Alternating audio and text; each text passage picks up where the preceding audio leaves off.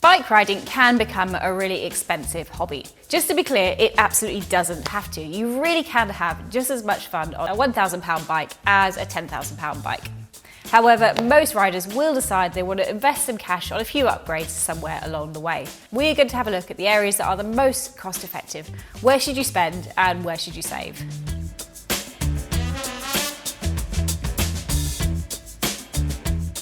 Well, first up is the frame. The frame is the heart of your bike, and my focus here is really on longevity. It is better to buy a really nice frame that you'll love for a decade than it is to spend less and buy a new bike or frame every 3 years. Now, investing in your frame is not necessarily about buying the newest, the latest, and the greatest. First up, you want to make sure you're buying a frame with a geometry that really suits you and will continue to suit you for quite some time. There's really very little point buying an aggressive racing bike and then riding it with a +15 stem. Look for standards as well. An awful lot of bikes now come out with proprietary seat posts, handlebars, stems, and they save watts and they look really great from the get-go. However, you're stuffed if you find out it's not in production 10 years down the line. My advice would be to look for a local frame builder. Although it is an option that is generally a little bit more expensive and also a little bit more time consuming because you need to invest time to get the geometry correct, there might be a bike fit involved, you will be getting a bike that is absolutely perfectly fine-tuned to you. Also, custom bikes are not necessarily always incredibly expensive.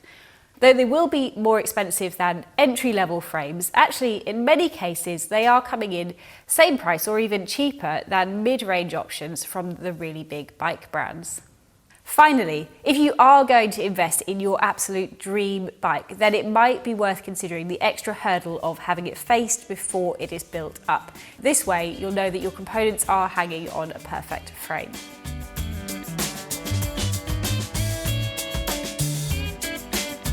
Next on the list is tyres. Now, if you are rolling along a flat road at around 40 kilometers per hour, then rolling resistance will be taking up around 20% of the energy that you're putting out. The rest is accounted for by drag, often around 70%, and drivetrain friction around 10%. So your tyres play a really crucial role in how much rolling resistance you come up against. You can drop your rolling resistance with more supple tyres and they'll also be more comfortable and they'll feel better in the corners, allowing you to lean over more and enter them faster. Not only that, but tyres also contribute a fair amount to a bike's overall weight. The Continental Grand Sport Race, which comes in at £30 per tyre, so £60 per bike, is a fairly common stock tyre. A 28mm option has a claim weight of 330 grams. Whilst the Grand Prix 5000, also a clincher, comes in at 235 grams, and that's £60 or £120 per bike, and that is in the same width, so 28mm. So you can see where I'm going with this. Based on this example, that's a 190 gram saving for £60, and that will cost you an awful lot more elsewhere on the bike. If you do go for tubes, there is the option of going for latex tubes, and some tests have shown that these are actually faster than going for a tubeless tyre. Now, latex tubes often retail around £15, so that's £30 per bike versus approximately £10 per bike for standard butyl rubber. CW's own internal testing, and we'll admit it wasn't in lab conditions, has shown a saving of around 5.5 watts when riding at 300 watts. So therefore, you've got an 11 watt saving for the cost of about £20, which again will cost you an awful lot more if you look to save that elsewhere.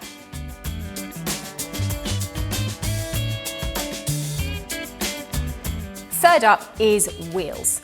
Many bikes that come in at, say, £2,500 or less come with stock wheels, and ask any tester at Cycling Weekly magazine and they will tell you that if you swap the wheels, you'll get a really very much improved ride. The improvement comes from better aerodynamics and also a drop in weight. However, this is an area where you can very quickly enter into the realms of diminishing returns. So swapping from a box section rim to a 40mm as an example is where you'll get a really big saving. We asked Dove Tate, who is the owner at Parcours, and he's run tests comparing a box section to the 40mm Grimper wheels. At 30 miles an hour, they got a saving of 22.9 watts. Now that's not to be sniffed at. It would take you quite a lot of training to gain 23 watts.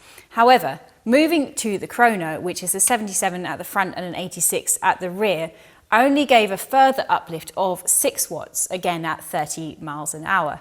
So you can save 20 watts or more from going from a box section to something like a 40mm wheel. And if you go much deeper, you'll only really save another 6 watts. When it comes down to how much to spend, there are an awful lot of very good options at about the £1,000 mark. As an example, the Parcours Strada has a 49 front and a 54 rear, comes in at £999 and is a really excellent choice. Other options from Hunt and Ciro are also very well priced.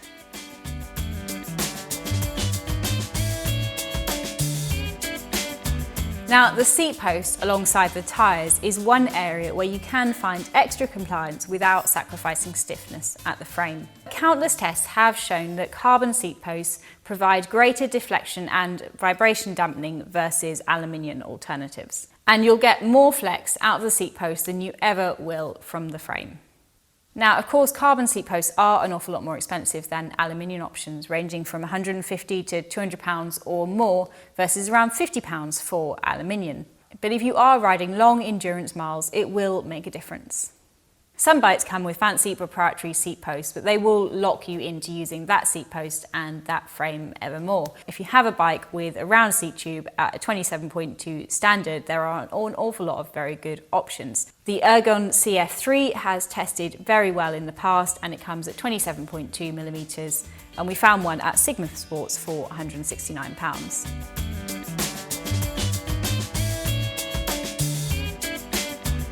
The next area where I do think it's worth spending is on brakes. The owner at a local bike shop told me many years ago that the best way to speed someone up is to give them better brakes. The techie explanation for this is that if you give someone better power modulation, it takes longer before they have to brake. Therefore, they can ride more of the distance at a faster speed. The real world difference is that if you give someone better brakes, it gives them more confidence to ride harder and faster. Now, at the top end of group sets, the main saving you're getting is weight. So if you're looking at Dura, Ace 2 or Tegra. However, below that, so for example, at 105 to Tiagra, it is much more to do with function, and that's where the biggest savings can be had. And all of this doesn't apply only to the caliper, regardless of its rim or discs, but also the pads that you use as well. So last time I tested a Ribble Tiagra rim brake bike, it came with a non-cartridge shoe and pad. Those aren't as effective as a separate cartridge, rim and pad combination.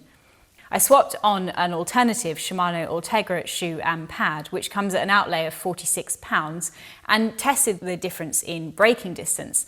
Now, it wasn't in any way a laboratory experiment, but I got a difference of 1.5 metres consistently, which makes a really big difference to your confidence on descents and actually even just in traffic and urban environments.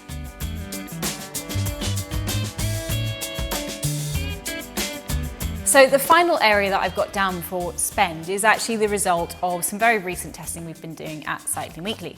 So we called in 5 pairs of £100 shoes, and at the end of the day we concluded that it's probably worth spending a bit more on shoes. Shoes are the base of power transfer. If your foot isn't supported, you will lose watts. So I spoke to Phil Burt, who was a physio at British Cycling for many years.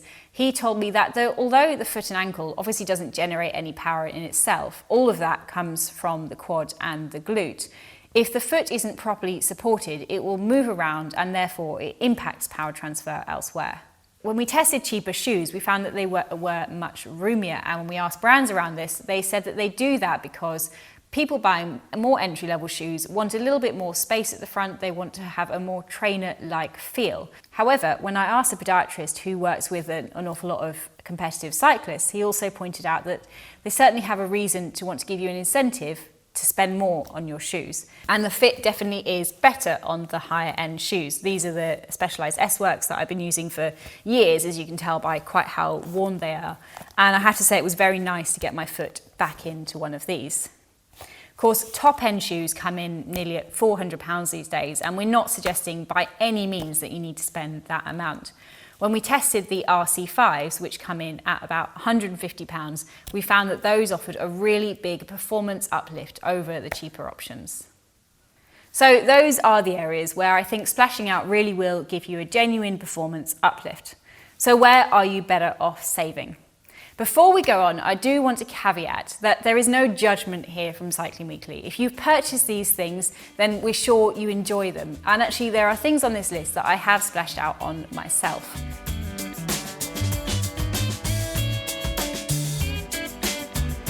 First up is carbon handlebars and stems. Carbon handlebars can come in anywhere from 20 to 40% lighter than their aluminium brethren. Carbon is also more malleable and therefore can be contorted into all different aerodynamic shapes. However, the weight difference is minimal when considered alongside the cost, and the aero saving is also quite questionable for the majority of riders. As an example, this Vision Metron bar comes in at £351 and it weighs in at 231 grams in a size 44. You can get a Vision Trimax alloy bar for £64.99 and it weighs 330 grams. So that's £286 for a 100 gram saving. Now, as already noted, you can save almost 200 grams by spending an extra £60 on your tyres. So you can see my point here. And what about the aerodynamic difference? Well, in terms of drag, in the bike and rider unit, the rider makes up about 85% of drag. This can be reduced by narrowing the rider at the front end, but the cheapest set of aluminium handlebars, if it's in the right width, will do this job for you. So, if you've already exhausted all avenues and you've got yourself into a really aerodynamic position, you might get a bit of uplift from having a fancy aerodynamic bar. But if not, and there are still savings to be had elsewhere, you could probably save yourself about 200 quid.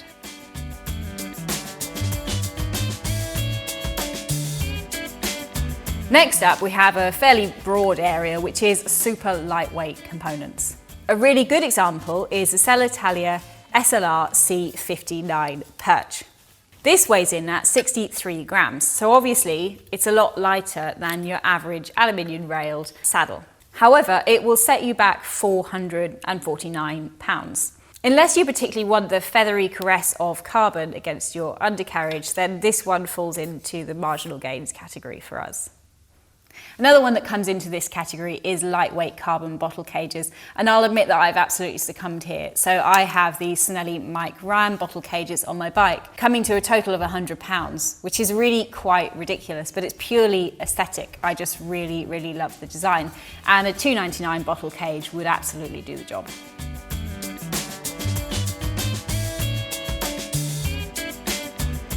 Upgrade pedals also sit in this category. Many top-end pedals use exactly the same system as the mid-range or entry-level options, they just use lighter materials. So if you're not really looking to absolutely optimise the weight of your bike, then it's probably worth spending less.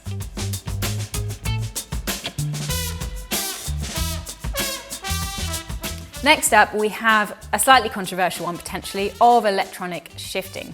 And the jury is out actually among Cycling Weekly's tech team, but I'm presenting this video, so this is my opinion. Now, electric gears are really nice. They're not clunky, they shift really smoothly, and actually often the shifters are smaller and much nicer if you have smaller hands. The thing that's holding me back is the cost of the overall group set, but most importantly, the cost of replacement rear mechs.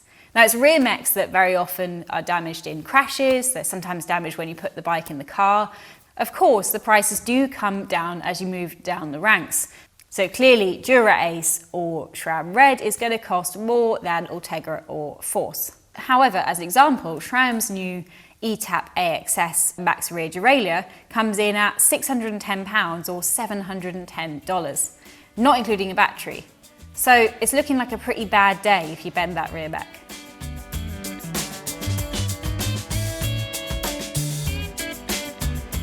Lastly, but not least, with a certain caveat, is bike fits. Now, I'm not in any way against a good professional bike fit. You can certainly gain more power, you can get much more comfortable and potentially more aerodynamic from a good bike fit. The thing is that some bike fits are really, really expensive these days. Now, very often when you spend more, what you're benefiting from is all sorts of fancy lasers and extra technology, which definitely sets your mind at rest when you leave the bike fit because you know you're perfectly set up and you've seen evidence of it. However, there are an awful lot of bike fitters at local bike shops charging an awful lot less, and probably the position that you'll end up walking away with or pedalling away with will be probably exactly the same. So my key message there is don't overlook an experienced bike fitter just because they can't promise you a laser show. I hope you enjoyed this video. I'm sure you'll all have plenty of opinions, so just knock yourself out in the comments. If you did like this video, please do hit like, and if you want to see more content from Cycling Weekly, then hit subscribe.